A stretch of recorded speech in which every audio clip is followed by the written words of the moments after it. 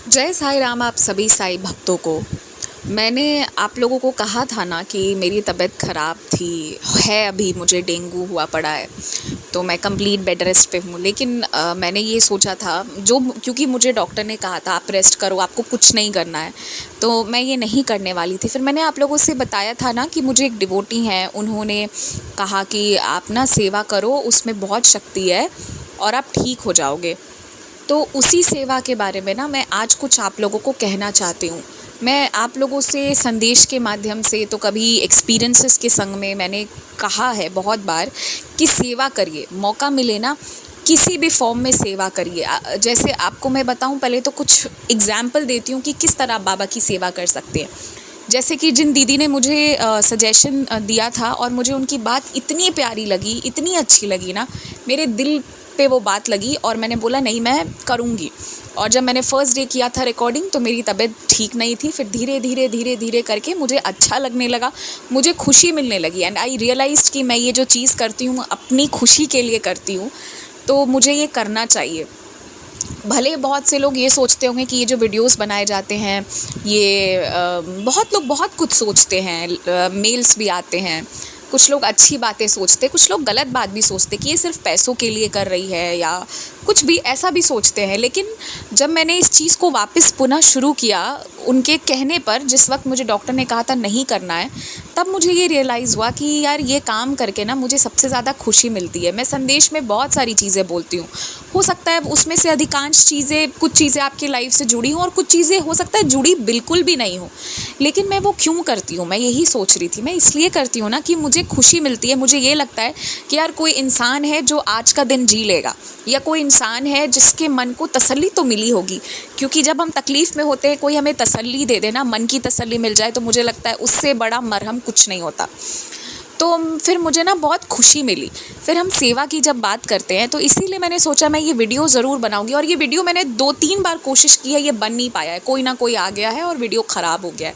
अगर किस्मत अच्छी रही मेरी तो ये वीडियो इस बार बाबा बनने देंगे। शायद बाबा इसके माध्यम से आप लोगों को भी कुछ समझाना चाहते हैं। देखो, जो दूसरा वाला चैनल है ना, Sai Baba the living God and his divine blessings, उस पर मैंने ना एक सेवा का बहुत अच्छा एक्सपीरियंस डाला है। आप लोग सुनिएगा, वो अन्नदान का भंडारे का है। नहीं होगा तो मैं इस चैनल पर भी कम्युनिटी में लिंक शेयर कर दूंगी, आप लोग सुनिएगा। देखिए वो व्यक्ति कैसे सेवा करते चले गए और उनकी लाइफ चेंज हो गई। तो सेवा करना चाहिए। आपको पता है सेवा बहुत सारे फॉर्म्स में होता है। सेवा सिर्फ वो नहीं होता है कि आप मंदिर ही जाके कर रहे हो। पता है ये जो दीदी मुझे कहती हैं वो खुद कैसे सेवा करती हैं, वो मंदिर की एवरीडे दर्शन सबको शेयर करती हैं, पिक्चर खुद मंदिर जाके फ़ोटोज़ क्लिक करके वो शेयर करती हैं। तो जो भक्त उस मंदिर तक नहीं जा सकते हैं उनको वो दर्शन मिल रहा है, ये सेवा है। या आप देखना बहुत सारे लोग क्या करेंगे ना कि किसी को ऊदी की ज़रूरत होती है तो वो अपने आसपास वाले मंदिर से ऊदी मंगवा के कुरियर करते हैं, ये ऊदी की सेवा हुई। वैसे ही आप बहुत भक्तों को देखना, मैंने देखा है कि वो ना क्या करते हैं, वो मंदिर जाते हैं फूल माला लेके और पर डे एक माला वो ऑफ़र करते हैं। ये मैंने दुर्गा मंदिर में भी देखा है कि वो ना दुर्गा माँ के लिए पर डे माला लेके आते हैं। तो ये भी एक सेवा है। इस तरह से कितनी सारी सेवाएं हो सकती है। हो सकता है कि आप पर डे ना किसी जानवर को खाना खिलाते होगे जो शायद आपके ऑफिस के रास्ते में मिलता होगा, या किसी ऐसे रास्ते में आपका वेट करता होगा जो आपका घर का नहीं है। You specially go there, you take all that pain to go. ये सब सेवा में आता है। सेवा कई प्रकार के हो सकते हैं, पर कोई एक आप भी पकड़ लीजिए। आप मंदिर नहीं जा सकते हो, आप घर पे सेवा करो, पेड़ पौधे की सेवा करो, पंछियों के लिए दाना पानी डाल दो, ये भी सेवा है। तो कोई ना कोई सेवा ज़रूर पकड़िए, क्योंकि जो इंसान सेवा करता है ना, उसका ना सब कुछ पार लगा देता है परमात्मा। बहुत लोग मंदिर जाके मंदिर की साफ़ सफाई करते हैं, ये तो बहुत बड़ी सेवा है। और आप मंदिर की नहीं कर सकते हो, अपने घर के मंदिर की सेवा करिए, वो भी बहुत बड़ी सेवा है। तो किसी ना किसी फॉर्म में पर कुछ ना कुछ ज़रूर करिए। आपको पता है एक डिवोटी हैं, वो यहीं पटना की हैं, वो एवरीडे क्या करती हैं पता है, वो हर दिन जो साई संदेश आता है उसको वो लोगों के साथ शेयर करती हैं। तो उन्होंने कहा कि मैं जिस दिन नहीं करती हूँ ना शेयर, उस दिन मुझसे लोग पूछते हैं कि क्यों नहीं शेयर किया। तो अपलोड नहीं होता है तो फिर लोगों का सवाल उनसे रहता है। तो वो भी अपने मतलब उन्होंने ये बताया कि इसका मतलब ये है कि लोग उसे सुनते हैं और लोगों को वो सुन के अच्छा फ़ील होता है, तभी लोग सुनना चाहते हैं। विच मीन्स दैट वो एक बहुत यूनिक सेवा करती हैं। वो लिंक्स एवरीडे लोगों के पास शेयर करती हैं संदेश का, तो वो भी एक तरह का सेवा है। तो आप देख लो कि कितनी तरह तरह की सेवाएं। कुछ लोग सेवा में ये करते हैं कि वो एवरी थर्सडे जो है ना, सबके पर्सनल पे श्री साई सच्चरित्र जी की पीडीएफ्स भेजते हैं। मेरे पास भी आती है कई बार, तो ये भी एक सेवा है। तो बस वही है, बहुत लोग ये करते हैं कि जो मंदिर नहीं जा सकते उनकी प्रार्थनाओं को लेकर जाते हैं और बाबा के पास ले जाके पढ़ते हैं कि बाबा सबकी ये प्रार्थनाएं हैं, आप ये चीज़ें सुन लो। तो ये भी सेवा है। या फिर जो प्रेयर रिक्वेस्ट, जैसे हम सब चैनल पे भी होस्ट होता है प्रेयर रिक्वेस्ट, जिसको लिपि जी पूरा संभालती हैं, तो वो भी एक सेवा है। इतने प्रकार की सेवाएं हैं, मैंने कितनी सारी एग्जांपल्स दे दी। आप भी कुछ एक उठा लो, और कुछ नहीं तो हर दिन बाबा के आगे एक दीपक जलेगा। अगर आप ये भी करते हो ना, तो दिस इज़ ऑल्सो अ सेवा एंड इट इज़ इक्विवेलेंट।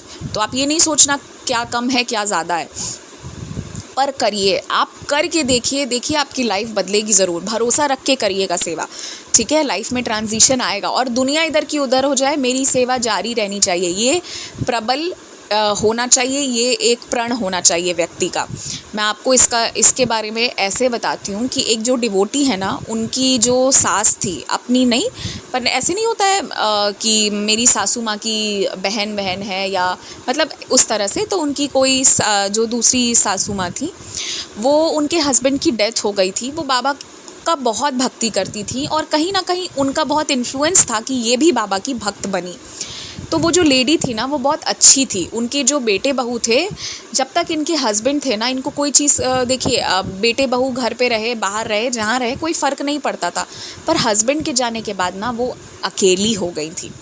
और उनकी जो बहू थी, वो अभी तक तो ठीक थी, पर हस्बैंड के इनके डेथ होने के बाद वो ना घर से लड़ाई करके अपने हस्बैंड को बोल के उसी शहर में, उसी लोकेशन में, दूसरे फ्लैट में शिफ्ट हो गई, ठीक है।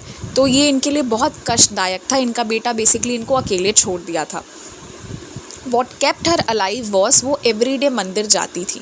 पहले अपने हस्बैंड के साथ जाती थी तो शाम के शाम केवल जाया करती थी, पर जब से वो उनके हस्बैंड का डेथ हो गया था और घर पे इतना लड़ाई झगड़ा ये सब हो गया था, बेटा साथ में नहीं है, हस्बैंड का डेथ हो गया है, बेटी दूर रहती है, उसका खुद का फैमिली है, वो बेचारी फिर भी बहुत ध्यान दे के अपनी मदर के पास आती है और मदर को बुलाती है, तो ये नहीं जाना चाहती। इनको लगता है कि ये मेरे हस्बैंड का बनाया हुआ घर है, तो मतलब फ्लैट है ख़रीदा हुआ, तो मुझे इसका ध्यान रखना चाहिए।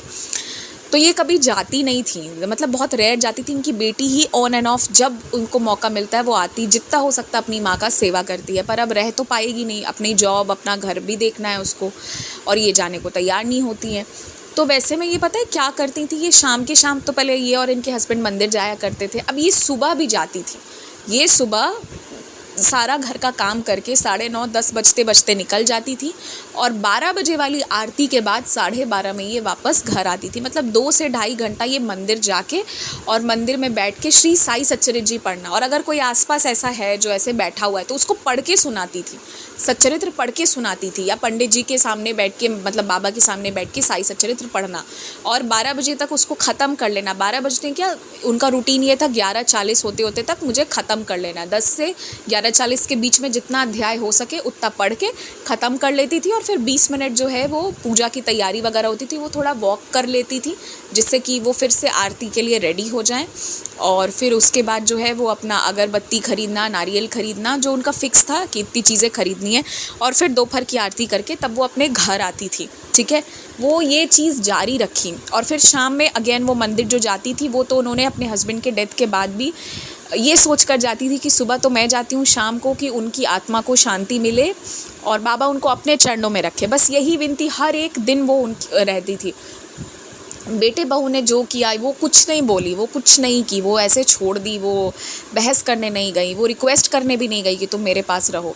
शक्ति नहीं बची थी, वो टूट गई थी और एकदम से अकेली हो गई थी, पर वो अपना ये सेवा जारी रखी। साल भर उन्होंने इस चीज़ को किया होगा। उनके हस्बैंड का अगले साल जो वो बरसी आता है, वो आने से पहले पहले ना उनका बेटा वापस उनके घर आ गया, वापस रहने के लिए, क्योंकि वहाँ से दूर होने के बाद ना उनके बेटे को अपनी वाइफ का सब कुछ दिखने लगा, सब कुछ स्पष्ट होने लगा। एंड ही रियलाइज्ड कि नहीं, मेरी मदर ऐसी नहीं थी, ये सब ना इसको फंसाया गया है, हमारे रिश्ते ख़राब करने की कोशिश की गई है। उन्होंने अपना सेवा जारी रखा। अभी उनकी डेथ हो गई है, तब उन्होंने मतलब वो याद कर रही थी उनको, तो वो इनके बारे में ये चीज़ें बता रही थी। तो वो बोली कि वो लेडी इतना बाबा के मंदिर में मतलब जाना, सेवा करना, उनके जो पोते पोतियाँ थे ना, द ग्रैंड चिल्ड्रन, उनको भी मंदिर लेके जाती थी वो शाम में।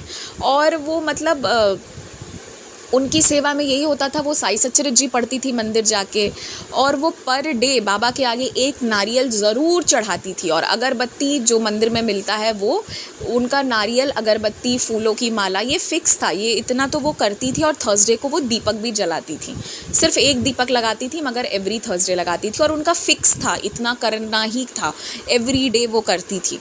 और जब से उनके हस्बैंड गुजर गए तब से तो 2 नारियल चढ़ाने लगी थी। और जो 2 नारियल वो चढ़ाती थी तो वो फिर वो उसको उधर बांट देती थी, क्योंकि वो उतना खाती तो नहीं अकेले, तो वो मंदिर में फिर बांट के ही आती थी। पर वो इस चीज़ को करती रही और उनकी लाइफ बाबा ने बदली। उनका बेटा वापस आ गया, वरना एक बार घर पे ऐसी लड़ाइयाँ होती है ना, तो जनरली लोग वापस नहीं आते हैं। रिश्ते में खटास होती है तो फिर सीधा वो कहते हैं ना, मैयत में मुलाकात होती है, वही स्थिति होती है। लेकिन बाबा ने उनका सब धीरे धीरे करके फिर ठीक भी किया। लेकिन उनको बाबा ने इतना मतलब वो बाबा की भक्ति करती थी, और वो ना जैसे ऐसा लगता था ना कि उनका जीवन ही साई से शुरू हो रहा है, साई में ख़त्म हो रहा है। शाम की आरती के बाद आना, फिर रात की आरती वो शिरडी की लाइव अटेंड करती थी बैठकर एवरीडे मोबाइल पे। मतलब ऐसा लगता था ना कि वो बाबा के लिए ही जीती हैं और सब कुछ मतलब साई में उनके उन्होंने मतलब वो लेडी बहुत अच्छी थी। जब आप ये सोचो कि ये लोग इतना उनको याद कर रहे हैं, उनकी फैमिली वाले, वो सभी को अच्छी बात सिखाना, अच्छी बात कहना। और अगर कहीं शादी में या कहीं अपने रिलेटिव के घर भी जाती थी, फिर भी उस शहर में जो साई मंदिर रहता था वहाँ वो ज़रूर जाती थी। तो उनका बाबा के प्रति प्रेम जो था वो एकदम अलग था। और ये सेवा में बहुत शक्ति होती है। उनकी लाइफ ख़राब हो गई थी, उनकी लाइफ फिर से ठीक हो गई, पुनः ठीक हो गई। और उनका बेटा उनके लिए इतना ये हो गया ना कि वो अपनी वाइफ के साथ, बच्चों के साथ अच्छे से रहता था, पर अपनी मदर के मैटर में किसी को इंटरफेयर नहीं करने देता था। तो आप ना सेवा करो और बाबा पे भरोसा रखो। किसी इंसान से कोई उम्मीद नहीं, किसी इंसान से कोई चीज़ नहीं। अभी मैं बीमार हुई थी ना, तो मेरी स्थिति ऐसी थी कि मैंने जिस इंसान को जिस चीज़ के लिए मना किया, अगर उस व्यक्ति ने मेरी बात नहीं मानी ना, तो मुझे सारे लोगों पे क्रोध आया, बहुत ज़्यादा। शायद शरीर टूटता है कभी कभी और इंसान हेल्पलेस हो जाता है ना, तो के अंदर गुस्सा भी भर जाता है। और रीज़न दूसरा ये भी था कि मैंने बोला था मैं चैनल का काम नहीं करूँगी, बोल तो दिया मैंने कि मैं नहीं कर पाऊँगी, लेकिन नहीं कर पाने से ना मैं बहुत ज़्यादा अपसेट रहने लगी थी। वो मेरे मेंटल हेल्थ को कॉस्ट करने लगा था। लोगों को लगता है कि ये सेवा मैं लोगों के लिए करती हूँ, लेकिन ये मुझे पता है कि ये सेवा बाबा ने मुझे दिया है तो किसी और के लिए बाद में दिया है, पहले मेरे लिए दिया है, ताकि मैं खुश रहूँ। मेरी खुशी ही इस चीज़ में, ये मैंने रियलाइज़ किया है। बाकी मैं कोई बहुत अच्छी इंसान हूँ ऐसा कुछ नहीं है, या मैं बहुत सिंपल हूँ, प्योर हार्टेड हूँ, ऐसा कुछ नहीं है। मैं बहुत अच्छी नहीं हूँ, ये मुझे पता है। मेरे अंदर बहुत सी गलतियाँ हैं और मैं कोशिश करती हूँ हर एक साईं भक्त से सीखने का। अपनी गलतियों से मुझे बुरा भी लगता है बाद में, लेकिन मैं आपको अभी अपना ही स्थिति बता रही हूँ। तो मैं बहुत गुस्सा थी और मुझे किसी की एक गलती भी ना बर्दाश्त नहीं थी। मुझे हर एक चीज़ पे ऑब्जेक्शन होने लगा था। जो मुझे नहीं पसंद है वो मुझे नहीं पसंद है। मैं इस सिचुएशन पे आ गई थी। नहीं तो मेरे अंदर बहुत पेशेंस है, ये मुझे पता है। जिन लोगों को ना लोग नकार देते हैं, एक्सेप्ट करने को रेडी नहीं होते, वो सारे लोगों से ना मैं बहुत अच्छे से बिहेव करती हूँ। और लोग मुझे कहते भी हैं कि तुम ना हर बार गलत लोगों को मौका देती हो। लोग गलत नहीं होते हैं, सफ़र करके सबका नेचर ऐसा हो जाता है। But this time I was like मैं बर्दाश्त नहीं करने वाली। मैं इस सिचुएशन पे पहुंच गई थी। इससे मुझे ये समझ में आया कि इस बीमारी ने मुझे कितना तोड़ दिया था। क्योंकि मेरी नेचर पता है कैसी है, मेरी नेचर ऐसी है ना कि मुझे घर बैठे रहना पसंद नहीं है। मुझे ये पसंद ही नहीं है कि कोई काम ना किया जाए। मुझे लगता है कि काम होते रहना चाहिए, कुछ ना कुछ करते रहना चाहिए। मुझे खाली बैठना पसंद नहीं है। हाँ, फैमिली के साथ बैठना पसंद है, वो अलग बात है, पर कोई काम नहीं करने से ना मेरे अंदर एक नेगेटिविटी आने लगती है। मेरी प्रवृत्ति ही ऐसी है। तो इसलिए मैं आप लोगों को भी अक्सर इसलिए कहती हूँ कि कभी भी फ्री मत रहा करो, कुछ ना कुछ काम करते रहो। एंड कोई काम छोटा नहीं होता है, ये मेरा मानना है। मैं इस मामले में बहुत बेशर्म हूँ। मतलब मुझे लोग कहते भी हैं कि कई बार कहते हैं कि तुम कोई भी चीज़ के लिए रेडी हो जाती हो, कुछ भी कर लेती हो, तुमको कुछ लगता नहीं है थोड़ा सा भी। मैं बोला नहीं, मुझे नहीं लगता है। अगर वो काम से मैं अगर वो काम मेरे कैरेक्टर पे हाथ नहीं उठा रहा है, मैं कुछ गलत काम नहीं कर रही हूँ, तो फिर एवरीथिंग इज़ फाइन, फिर सारा काम सही है। सीखने को बहुत कुछ मिलेगा, एक्सपीरियंसेस मिलती हैं। तो मुझे खाली रहना पसंद नहीं है। तो उस दौरान मुझे रियलाइज़ हुआ कि हम ये जो सेवा करते हैं ना, ये किसी और के लिए हम बाद में करते हैं। सबसे पहले वो हमारी हीलिंग होती है, उससे हमें खुशी, बाबा वो चीज़ करा के ना, बाबा आप सोच नहीं सकते हो कि वो हमारी कितनी रक्षा करते हैं। मैं 5 दिन से ठीक नहीं हो रही थी, मेरी प्लेटलेट्स कम पे कम हुए जा रहे थे, मुझे हॉस्पिटल जाना पड़ा, बहुत मेरी स्थिति ख़राब थी। But the moment I restarted, उसी सिचुएशन में मैं ठीक होने लगी। दवाई तो वही चल रही थी ना, पर असर किस चीज़ का हुआ? असर तो सेवा का हुआ। ये मेरा इस बार का एक्सपीरियंस है जो मैंने फ़ील किया। इसको तो मैं अलग से फिर से एक वीडियो बना के डालूँगी जब एकदम पूरा कम्प्लीटली मैं इस चीज़ से निकल जाऊँगी, डेंगू से, तब। बट अभी के लिए मैं आप लोगों को यही बताना चाहती हूँ कि कुछ ना कुछ ज़रूर करिए। पता है, कुछ नहीं, फॉर एग्ज़ाम्पल मान लो आपके पास पुरानी साड़ी है, या फिर नई साड़ी भी अगर आप ले सकते हो, कितने में मिलती है? 200, 250, 300 में मिल जाती है। आप 4-5 साड़ी एक ही बार ले लो। हफ्ते में एक दिन आप किसी को साड़ी दे दो, किसी को फ्रॉक दे दो, किसी को कुछ कपड़ा दे दो, किसी को राशन दे दो खाने का। ठीक है, कितना 800, 900, 1000 रुपये भी आप खर्च करोगे ना, तो आप बहुत सारा राशन ले सकते हो। वो उस व्यक्ति का 1-2 हफ्ते का तो हो ही जाएगा। तो इस तरह से आप कर सकते हो। पता है, मैं आप लोगों को ये तो नहीं दिखाऊंगी, मैं तो स्क्रीन पे नहीं आने वाली हूँ, पर मैं कुछ चीज़ें आप लोगों को सिर्फ इसलिए दिखाऊंगी कि कुछ आपको आइडिया मिले या कुछ आपको अच्छा लगे, you feel good by seeing that. बस मैं आप लोगों को दिखा इसलिए नहीं पाती हूँ ना कि मुझे लगता है कि यार मुझे किसी का चेहरा नहीं दिखाना है, मुझे किसी को देते हुए देना मुझे पर्सनली अच्छा नहीं लगता, इसलिए मैं नहीं दिखाना चाहती हूँ। पर हाँ, कुछ चीज़ें दिखाई जा सकती है, वो मैं दिखाऊंगी तो आपको बहुत अच्छा फ़ील होगा। तो इट रियली फील्स गुड, बहुत अच्छा फ़ील होता है जब हम किसी को कुछ ऐसे सर्व करते हैं, कुछ देते हैं, किसी के चेहरे पे स्माइल आती है। कई लोगों के आंखों में आंसू आते हैं, कोई तो पता है मेरा हाथ पकड़ के रोने लगती हैं। बूढ़ी आंटी वगैरह, आप ओल्ड एज होम वगैरह भी जाओगे तो आप देखना, लोग रोने लगते हैं। तो ये चीज़ है। तो बस कुछ ना कुछ करते रहिए। पता है, हम किसी को दान कर रहे हैं ना, वो उस व्यक्ति का फ़ायदा हो रहा है, वो तो बाद की बात है, पर जो हमारी हीलिंग होती है ना, वो एट प्रेजेंट होती है। किसी को अच्छा फ़ील होता है, कोई खुश हो जाता है, कोई आशीर्वाद देता है, उससे जो हमारी हीलिंग होती है ना, इंसान सेल्फिश होता है ना, वो जो करता है अपने लिए करता है, तो वो भी हम दूसरों के लिए बाद में कर रहे हैं, पहले तो हम अपने लिए ही कर रहे हैं। ये मुझे लगता है, ऐसा मेरा मानना है, या ये मेरा पर्सपेक्टिव है। तो एनीवेज़, जो भी है, अगर आप कुछ ऐसा करते हो, कुछ यूनिक करते हो, तो आप प्लीज़ शेयर करो कमेंट सेक्शन में। मैं उन चीज़ों को कवर करूँगी आगे आने वाले वीडियोज़ में। जो अच्छी चीज़ें आप सब भी करते हैं वो आपको बताना चाहिए। इससे देखिए मैं भी सीखूँगी और दूसरे लोग भी आपको सुनेंगे, आपके बारे में, आपकी अच्छी चीज़ें। देखो, अच्छी चीज़ों को ना शेयर किया करो। जैसे हम एक्सपीरियंस शेयर करते हैं, उसी तरह से अगर आप कोई यूनिक सेवा करते हो या कुछ ऐसा आपने देखा किसी को करते हुए, तो वो सारी अच्छी चीज़ें बताया करें। उसे मैं यहाँ पर डालूँगी तो लोग भी सुनेंगे, तो आपके कारण कितने सारे लोगों को कितना कुछ सीखने को मिलेगा। आज वो डिवोटी जो हैं, वो अगर ये अपनी इन-लॉज़ के बारे में नहीं बताती, तो क्या मैं और आप सुन पाते? हमें अच्छा फ़ील होता? नहीं ना। कष्ट सबके लाइफ में आता है, एक ना एक दिन सबको जाना है, ये सब चीज़ सबको पता है, और ये कोई everybody is going through all this. लेकिन इसमें एक अच्छा व्यक्ति बनकर रहना, अच्छी चीज़ें करना, दिस एड्स वैल्यू। तो बस इसी के साथ जय साई राम, स्टे ब्लेस्ड।